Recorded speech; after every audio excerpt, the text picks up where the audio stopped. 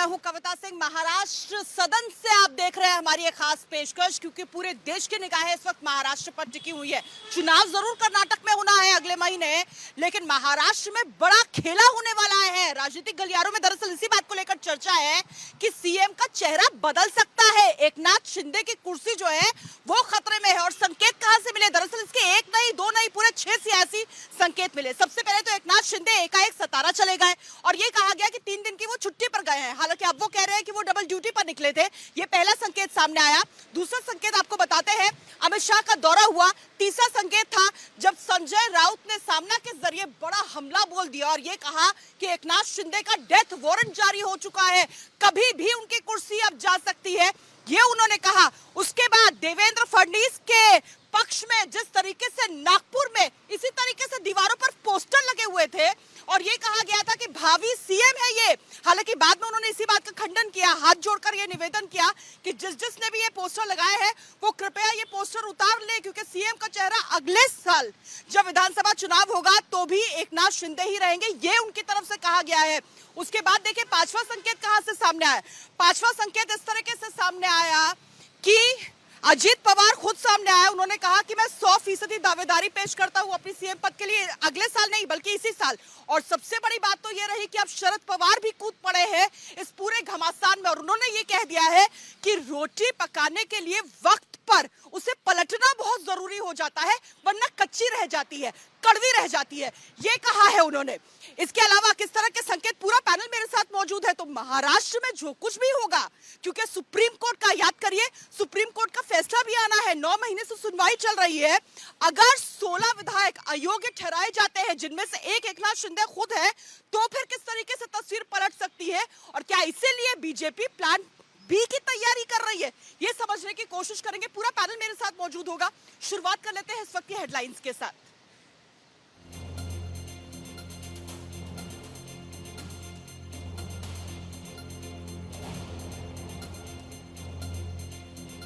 कर्नाटक के बूथ कार्यकर्ताओं को नमो मंत्र, प्रधानमंत्री नरेंद्र मोदी ने किया संबोधित। कहा हमारे विरोधियों का एजेंडा सिर्फ सत्ता हथियाना, कांग्रेस की रग रग में है भ्रष्टाचार।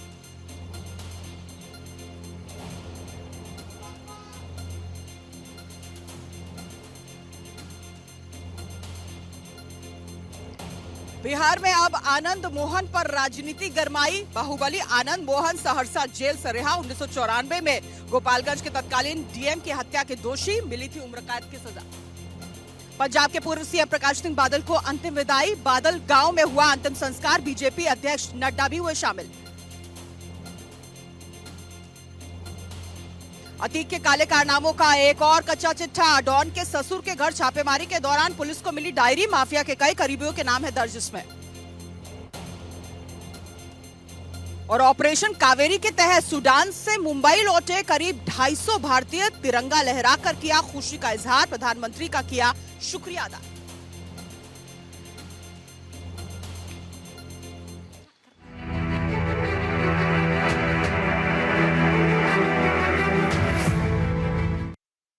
देख रहे हैं किस तरीके से महाराष्ट्र की सियासत गरमा रही है। तस्वीरें भी हम आपको दिखा रहे हैं महाराष्ट्र सदन की, लेकिन इस वक्त आपने देखा कि नागपुर में भी एक अजीब सी तस्वीर सामने उभर कर आई, जहां पर नितिन गडकरी मौजूद थे एक मंच पर, मोहन भागवत मौजूद थे, एकनाथ शिंदे वहां पर मौजूद थे नागपुर में, और साथ ही साथ देवेंद्र फडणवीस भी वहां पर मौजूद थे। लेकिन अमित शाह, जिनकी तस्वीर वहां पर कार्यक्रम के दौरान नजर आई थी, लेकिन वो वहां पर पहुंच नहीं पाए थे। लेकिन सबसे अहम बात यह रही कि नागपुर ये वही जगह है, वही शहर है जो कि गढ़ माना जाता है, आरएसएस हेडक्वार्टर्स माना जाता है, और ये गृह शहर भी है देवेंद्र फडणवीस का। और यहीं पर आपने देखा था कि पोस्टर यहीं से उठकर सामने आए थे, जहां पर भावी सीएम देवेंद्र फडणवीस को पहले से ही शुभकामनाएं देते हुए नजर आए थे वहां के लोग। सीएम जो हैं उनके पक्ष में इस तरह के पोस्टर्स आए थे।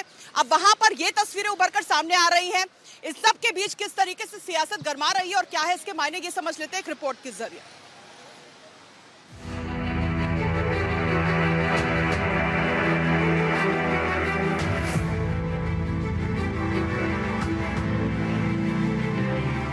महाराष्ट्र की राजनीति में फिर होगा बड़ा सियासी उलटफेर।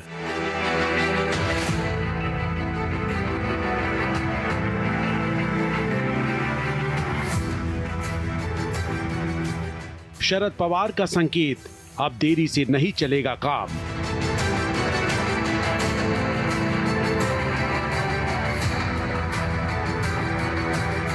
सुप्रीम कोर्ट का फैसला बदलेगा महाराष्ट्र की सियासत।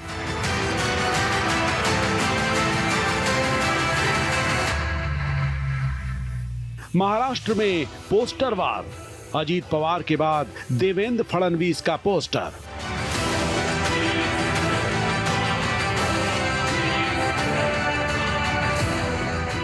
महाराष्ट्र में महत्वाकांक्षा हाई, मैं भी मुख्यमंत्री वाली लड़ाई। महाराष्ट्र में जुगाड़ पर सरकार, लेकिन मुख्यमंत्री के सब दावेदार।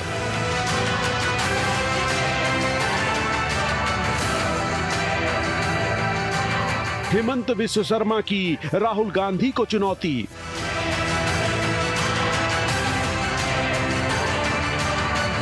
शरद पवार और अडानी के रिश्तों पर सवाल क्यों नहीं करते राहुल।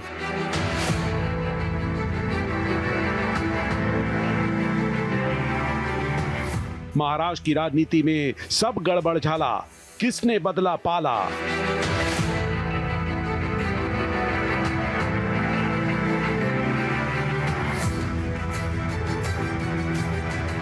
महाविकास अघाड़ी 2024 के चुनाव तक रहेगा या नहीं।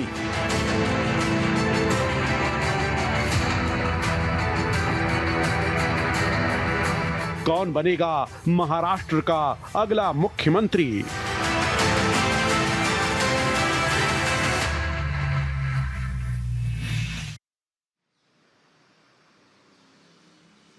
जो भी सियासी हलचल महाराष्ट्र में नजर आ रही है उस पर सीधी नजर बनी हुई है उद्धव ठाकरे की भी और साथ ही साथ कांग्रेस की भी, क्योंकि देखिए उद्धव ठाकरे हो, उनके गुट वाली शिवसेना हो, कांग्रेस हो, एनसीपी हो, ये महाविकास अघाड़ी का हिस्सा है भाई। इनकी सरकार बनी थी और 1 मई को इनकी महारैली होनी है, उसको लेकर भी तैयारी है। कहीं ना कहीं शक्ति प्रदर्शन की ये पूरी तैयारी है और जिस तरीके से सामाजिक न्याय को लेकर ये आगे बढ़ रहे हैं, मराठा आरक्षण की ये बात कर रहे हैं, कहीं ना कहीं तस्वीर बदलने की बात कर रहे हैं। इन सब के बीच जो सियासी घटनाक्रम तेजी से बदलता हुआ नजर आ रहा है उस पर इनकी क्या प्रतिक्रिया मिल रही है हमको आपको दिखाते हैं।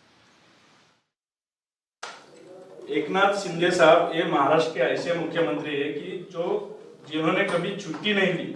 उन्होंने खुद ने बताया है कि हम तो डबल काम कर रहे हैं, छुट्टी का तो छोड़ दो, वो गांव गए, इधर भी गए, पूजा पाठ करने को गए, वहां से भी लोगों का काम करते हैं। महाराष्ट्र की जनता की सेवा करने का जहां जहां मौका मिलेगा वहां पे शिंदे साहब काम करते हैं। एकनाथ शिंदे साहब ये ऐसे मुख्यमंत्री है जो कभी छुट्टी नहीं लेते।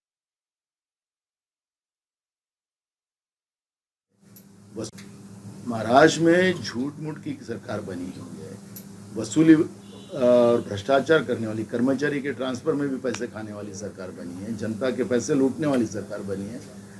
जब बजट सेशन के समय में किसानों का लॉन्ग मार्च निकला था उस समय इन्हें झूठ वादे कर एक बार नहीं, कई बार फडणवीस सरकार में भी यही हुआ था और अभी ईडी सरकार में भी वही हुआ। किसानों की जो मांगे थी उसको पूरा करने में। और उस पर एनसीपी और बीजेपी की क्या प्रतिक्रिया है वो भी आपको दिखाते हैं।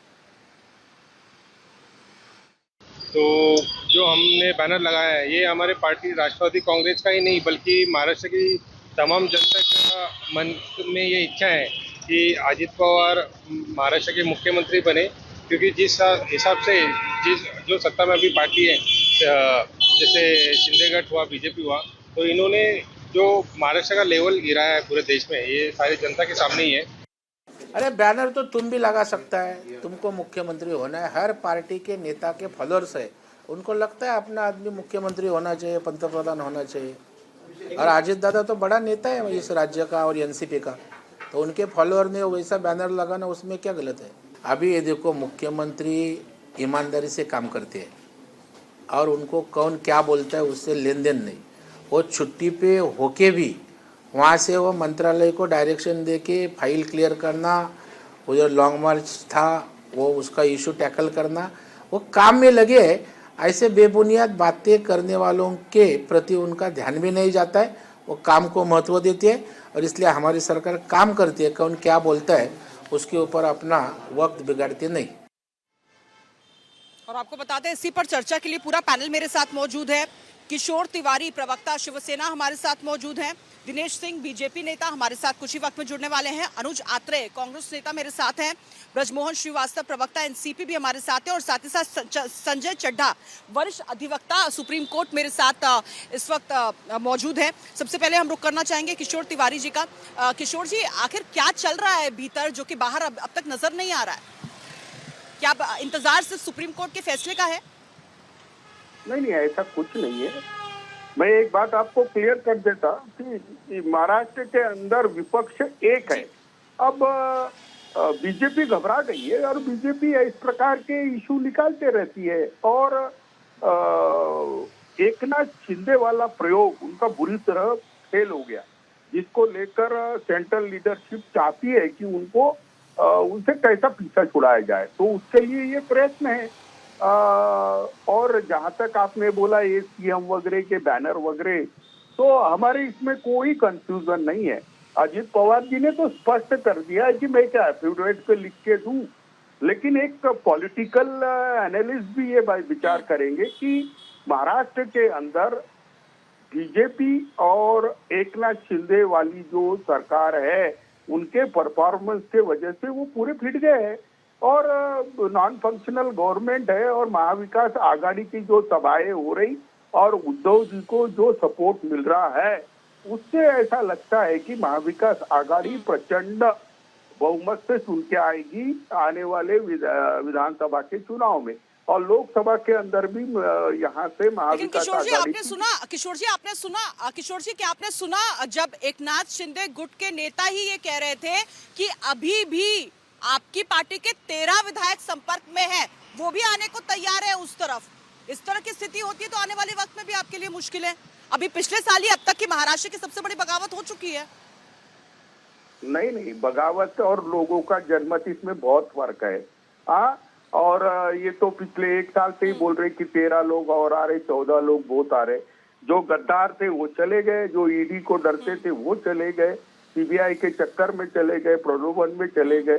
जिसको जाना है वो जाएंगे, लेकिन जनता का रुख मैं बता रहा हूँ। किसान नाराज है, बेरोजगार नाराज है, ओबीसी का बहुत बड़ा सामाजिक न्याय का इक्वेशन बन गया है और अभी तो यही लोग डिस्क्वालीफाई हो रहे। और डिस्क्वालीफाई होने के बाद तो ये सरकार अपने आप ही गिर जाएगी। असंवैधानिक सरकार के अंदर कौन ज्वाइन होगा? और डूबती नैया के अंदर पैर रखने वाले अब नहीं है। अभी तो महाराष्ट्र में एक मौसम बना है जो पूरे भारत में विपक्षी एकता का मैसेज लेके जा रहा है और मुझे लगता है कि बीजेपी की उल्टी गिनती 10 साल के केवल वादे करने से चालू हो गई है और कर्नाटक में दिखेगा ही ना अभी आप। बिल्कुल, लेकिन जिस तरह की खबरें आ रही हैं, लेकिन किशोर जी जिस तरह की खबरें आ रही हैं कि अजित पवार भी उस तरह की तस्वीर पेश कर सकते हैं जो पिछले साल एकनाथ शिंदे ने किया। अगर वैसा हो जाता है और मिलकर सरकार बन जाती है, अगर सुप्रीम कोर्ट का फैसला पक्ष में नहीं आता है तो फिर मुश्किलें क्या खड़ी हो पाएंगी? जल्दी से रुक करूंगी संजय ब्रजमोहन श्रीवास्तव जी का, उनका मैं रुक करूंगी। ब्रजमोहन जी, एनसीपी के भीतर क्या चल रहा है? क्योंकि हर दिन शरद पवार एक नया बयान दे देते हैं, अजित पवार उनके भतीजे एक नया बयान दे देते हैं। शरद पवार कह रहे हैं कि रोटी जो है वो कच्ची नहीं होनी चाहिए, इसीलिए वक्त रहते उसको पलटना जरूरी हो जाता है, नहीं तो कड़वी रह जाती है, कच्ची रह जाती है। किस रोटी का वो जिक्र कर रहे हैं? महाराष्ट्र की सियासत में इस रोटी के मायने क्या है, जरा समझाइए। जी देखिए, ऐसा है कि आदरणीय शरद पवार जी राष्ट्रवादी कांग्रेस पार्टी के ही नहीं बल्कि पूरी महाविकास आघाड़ी के नेता हैं और उनकी ही प्रयासों से महाविकास आघाड़ी को बनाया गया था महाराष्ट्र में, जिसमें कि आदरणीय उद्धव ठाकरे साहब ने भी सहयोग दिया था और कांग्रेस के सारे नेताओं ने भी सहयोग दिया था। तो आदरणीय शरद पवार जी जब भी कोई बात कहते हैं तो वो महाविकास आघाड़ी के सारे साथियों को कहते हैं।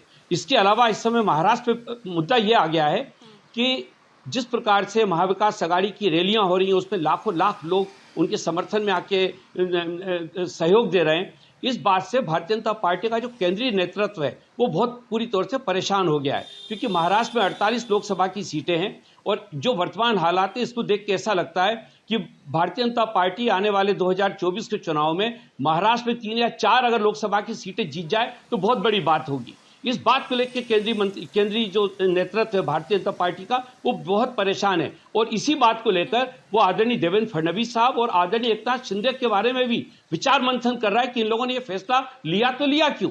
तो आदरणीय शरद पवार जी जब इस बात को कहते हैं कि हमको रोटी पलटना है, तो रोटी पलटने का मतलब यह है कि वो महाराष्ट्र में उन सारे लोगों को संदेश दे रहे हैं जो भारतीय जनता पार्टी की इस सरकार से खोखा सरकार, बल्कि अब तो ये जानलेवा सरकार हो गई। अभी 10 दिन पहले वहां पर इन्होंने एक बहुत बड़ा आयोजन किया महाराज भूषण के नाम पे, हजारों लोग जिसपे बीमार हो गए, उसमें करीब 13 लोगों की तो ऑफिशियली डेथ गई थी। अमित शाह उसका हिस्सा बने थे।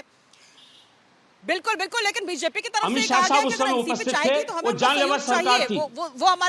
वो हमारे साथ मिलकर सरकार बना सकते हैं, ये उनकी तरफ से आपको न्योता दिया गया है।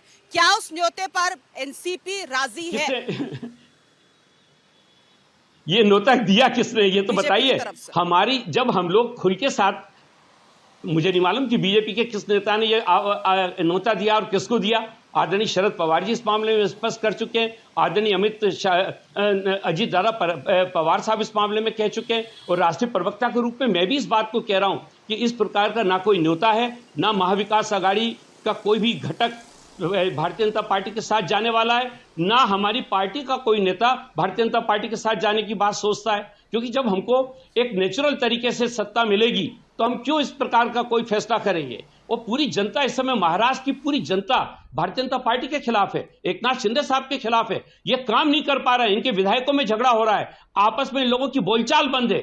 ऐसी स्थिति में क्यों कोई जाएगा? तो मैं सोचता हूं बल्कि इसके हम लोग अनुज आत्रे,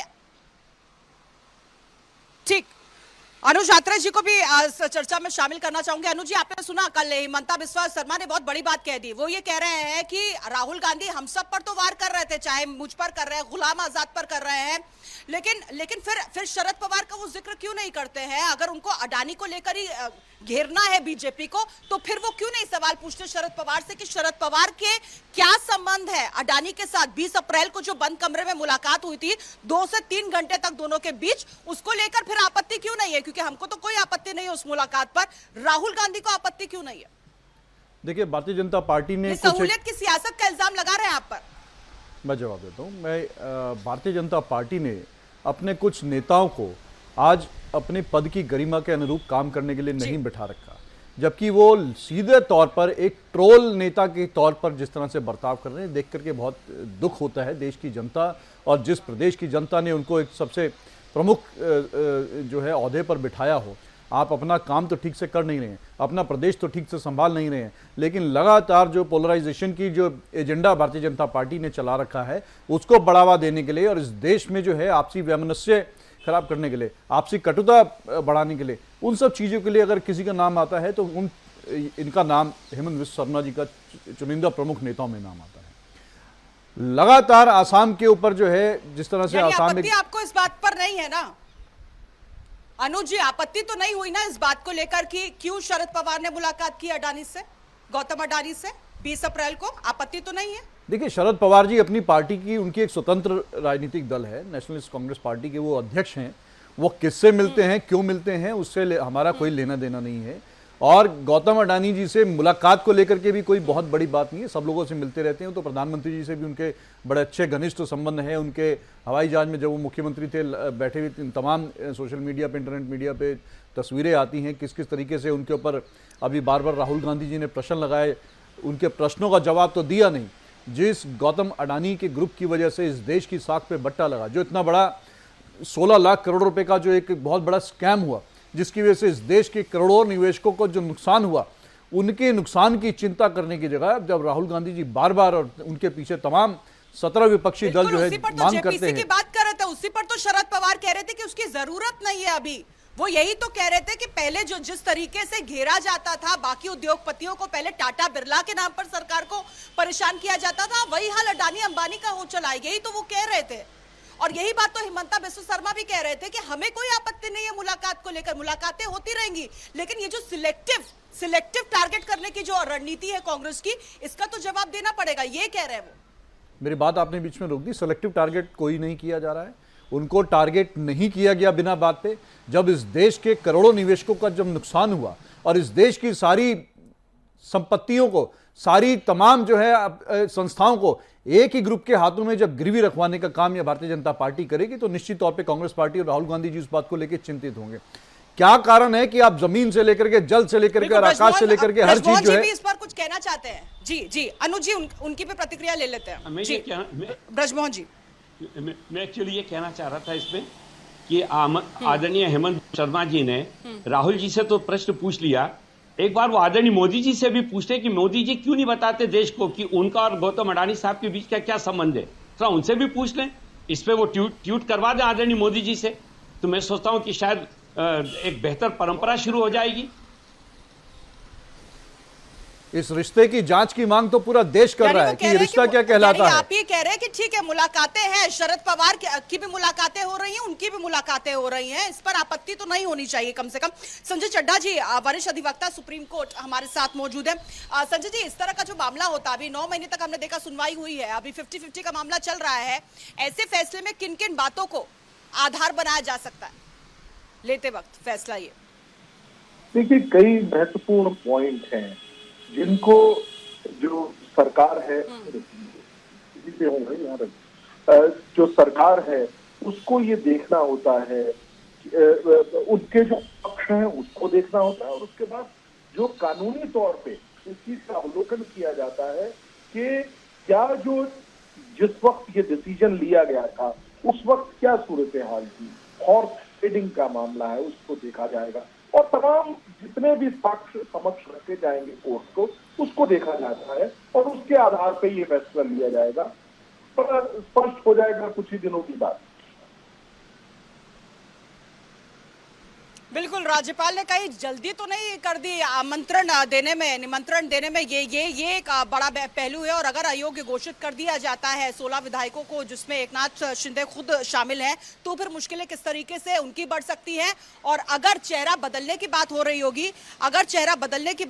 होगी तो फिर सवाल यही उठता है कि चेहरा बदलने की बात होगी तो जो एकनाथ शिंदे गुट के जो विधायक है, फिर वो अगर विद्रोह कर देते हैं बीजेपी के भीतर, तो फिर मुश्किलें कैसे बढ़ सकती है? किशोर तिवारी जी, आप क्या कह रहे थे? नहीं, मैं कह रहा हूं कि बगावत तो एकनाथ शिंदे साहब ने की थी, और संवैधानिक 2 पद है, राज्यपाल और चुनाव आयोग, इन्होंने उस पर ख्याल नहीं दिया। लेकिन सीजेआई चंद्रचूड़ साहब बहुत कन्फर्म है, और मुझे लगता है कि प्रजातंत्र की पुनर्स्थापना सुप्रीम कोर्ट करेगा। लेकिन मैं आपको बताता हूं कि आप कह रहे थे कि लोग हमसे छोड़ के जाने के इसमें है। मुझे तो आज ही लोगों ने संपर्क किया कि 22 विधायक शिंदे गठ के जिनको कुछ नहीं मिला, जिनके काम नहीं हो रहे, और उनको घर वापसी करना चाह रहे हैं, ये बहुत बड़ी खबर आप दे रहे हैं। आप भारत एक्सप्रेस पर बहुत बड़ी जानकारी आप दे रहे हैं। 22 विधायक आपके संपर्क में है, घर वापसी करना चाह रहे हैं। हाँ, मैं तो पार्टी का अधिकृत प्रवक्ता हूँ, और काम ही नहीं हो रहा ना, सत्ता में काम ही नहीं हो रहा, केवल ट्रांसफर और फाइलें वही मुंह हो रही जिस पर वजन रखा जा रहा है। और अमित शाह खुद बहुत जानलेवा सरकार के खिलाफ है, और उनको मैं आपको ये बता रहा हूँ कि उनको भी अंधेरे में रखा गया कि जिस समय वहां उनके अमित शाह जी के इसमें भाषण दिए जा रहे थे, नीचे लोग मर के पड़े हुए हैं। जब खाना खा रहे थे तब उन्होंने एकनाथ शिंदे साहब को पूछा कि एम्बुलेंसेस की बहुत आवाज क्यों आ रही, तो उन्होंने बोला कि सब लोगों को निकाला जा रहा है, जबकि लाशें लेके जा रहे थे। तो अमित शाह तो कह रहे हैं कि एकनाथ शिंदे और देवेंद्र फडणवीस को तुरंत निकाल दिया जाए। आज जब इनकी ये बात पर डिफरेंसेस आए तो उन्होंने सुबह कार्यक्रम कैंसिल कर दिया। बहुत बड़ी बात है। बहुत अहम बात आप कह रहे हैं। आप ये कह रहे हैं कि अंधेरे में रखा गया अमित शाह को, जो एक वक्त बहुत करीबी माने जा रहे थे एकनाथ शिंदे के, और इसलिए शायद बीजेपी हाईकमान का मोह भंग हो चुका है, इसलिए चेहरा बदलने की बात सामने आ रही है। ये बड़ी जानकारी हो सकती है। और उससे भी बड़ी बात ये कि आप कह रहे हैं तकरीबन 22 ऐसे विधायक है जो घर वापसी करना चाहते हैं। फिर बहुत संक्षेप में आपकी प्रतिक्रिया चाहूंगी। इससे पहले आपने मुझे कहा था कि गद्दारों की आपकी पार्टी को गद्दारों की कोई जरूरत नहीं है, घर वापसी करना चाहेंगे तो क्या मौका मिलेगा? नहीं, गद्दारों की तो कोई इज्जत नहीं, कहीं की इज्जत नहीं होती गद्दारों की। अब तो प्रामाणिक निष्ठा जिनकी है उनको ही रखेंगे। और कविता जी, ये हमने पार्टी ने ऑफिशियल स्टैंड ले लिया है कि ऐसे लोगों का क्या जिन्होंने निष्ठा ही बेच दी, तो अब गद्दारों को प्रवेश नहीं है, ये भी बात हमने फाइनल की है। अब हम 24 में ही फाइनल बिल्कुल, जाएंगे। गद्दारों के लिए अब दरवाजे तो- बंद हो चुके हैं दिनेश जी जी जी बिल्कुल। अब क्योंकि वक्त की कमी है इसलिए अनुज आत्रे जी, आपको लगता है अब 1 मई को होगा शक्ति प्रदर्शन? क्योंकि हर दिन जिस तरीके से शरद पवार जी एक एक बयान दे रहे हैं, उनकी निष्ठा को लेकर भी, एनडीए को लेकर जो उनकी सोच है, महाविकास आघाड़ी को लेकर, उस पर भी प्रश्न कहीं ना कहीं लगता नजर आ रहा है। आपको लगता है 1 मई को तस्वीर साफ हो जाएगी जब तीनों दलों के बड़े नेता एक साथ एक मंच पर होंगे, रैलियां होंगी? देखिए, तस्वीर क्या साफ होगी क्या नहीं होगी ये तो आने वाला वक्त बताएगा, लेकिन ये तय है कि ये वर्तमान की सरकार बहुत जल्द गिरने वाली है। जो ये काला चिट्ठा लेकर के ये बैठे थे, जिस तरह से अनैतिक रूप से इन्होंने सत्ता हासिल करी थी, जिस तरह से एक विकास की जो महाविकास आघाड़ी सरकार जो महाराष्ट्र में चल रही थी, उसको इन्होंने अनैतिक रूप से भारतीय जनता पार्टी ने गिराया, अपने धन बल से, सत्ता बल से, कहीं ना कहीं तमाम तरह के हथकंडे अपना करके गिराया। जिस तरह से करोड़ों रुपए का पैसा खर्च करके इन्होंने जो है विधायकों की खरीद फरोख्त की, उनके साथ उनको हॉर्स ट्रेडिंग का काम किया, पूरे देश की जनता ने देखा और महाराष्ट्र की जनता ने अपने आप को ठगा हुआ महसूस किया। महाराष्ट्र की जनता कभी भी गद्दारों को माफ नहीं करती है। महाराष्ट्र का इतिहास रहा है, महाराष्ट्र के लोग हमेशा वफादारी निभाने वाले लोग हैं। हमेशा इस देश में अगर कहीं वफादारों में गिनती होती है तो महाराष्ट्र का नाम, मराठियों का नाम सबसे ऊपर आता है उसमें। और अगर महाविकास आघाड़ी इतनी शक्ति के साथ उभरता है तो जाहिर तौर पर लोकसभा चुनाव, विधानसभा चुनाव बीजेपी के लिए ये बड़ी मुसीबत बन सकता है। और जिसने भी एडवाइस किया था कि इस तरीके से एक गुट से टूटकर अगर कोई आ रहा है तो उसे पार्टी में शामिल कर लिया जाए, वो फैसला कहीं ना कहीं एक बड़े सवाल के तौर पर अब सामने आ रहा है। और उस फैसले को लेकर अब बीजेपी के भीतर भी अब विरोध की आवाज जो है और ज्यादा बुलंद होती हुई नजर आ रही है। मुश्किलें बढ़ सकती है पार्टी के लिए भी, इसलिए आने वाले वक्त में किस तरीके से डैमेज कंट्रोल होगा, क्योंकि सेल्फ गोल तो पिछले साल ही हो चुका था, ये बड़ा सवाल है। आप सभी का बहुत बहुत शुक्रिया हमारे साथ इस चर्चा में जुड़ने के लिए। और एक छोटे से ब्रेक के लिए हमको रुकना होगा, ब्रेक के उस पार जरूर देखेगा सीएसके वर्सेस राजस्थान रॉयल्स, किस में कितना है दम, आज कौन मार सकता है बाजी, सिर्फ भारत एक्सप्रेस पर।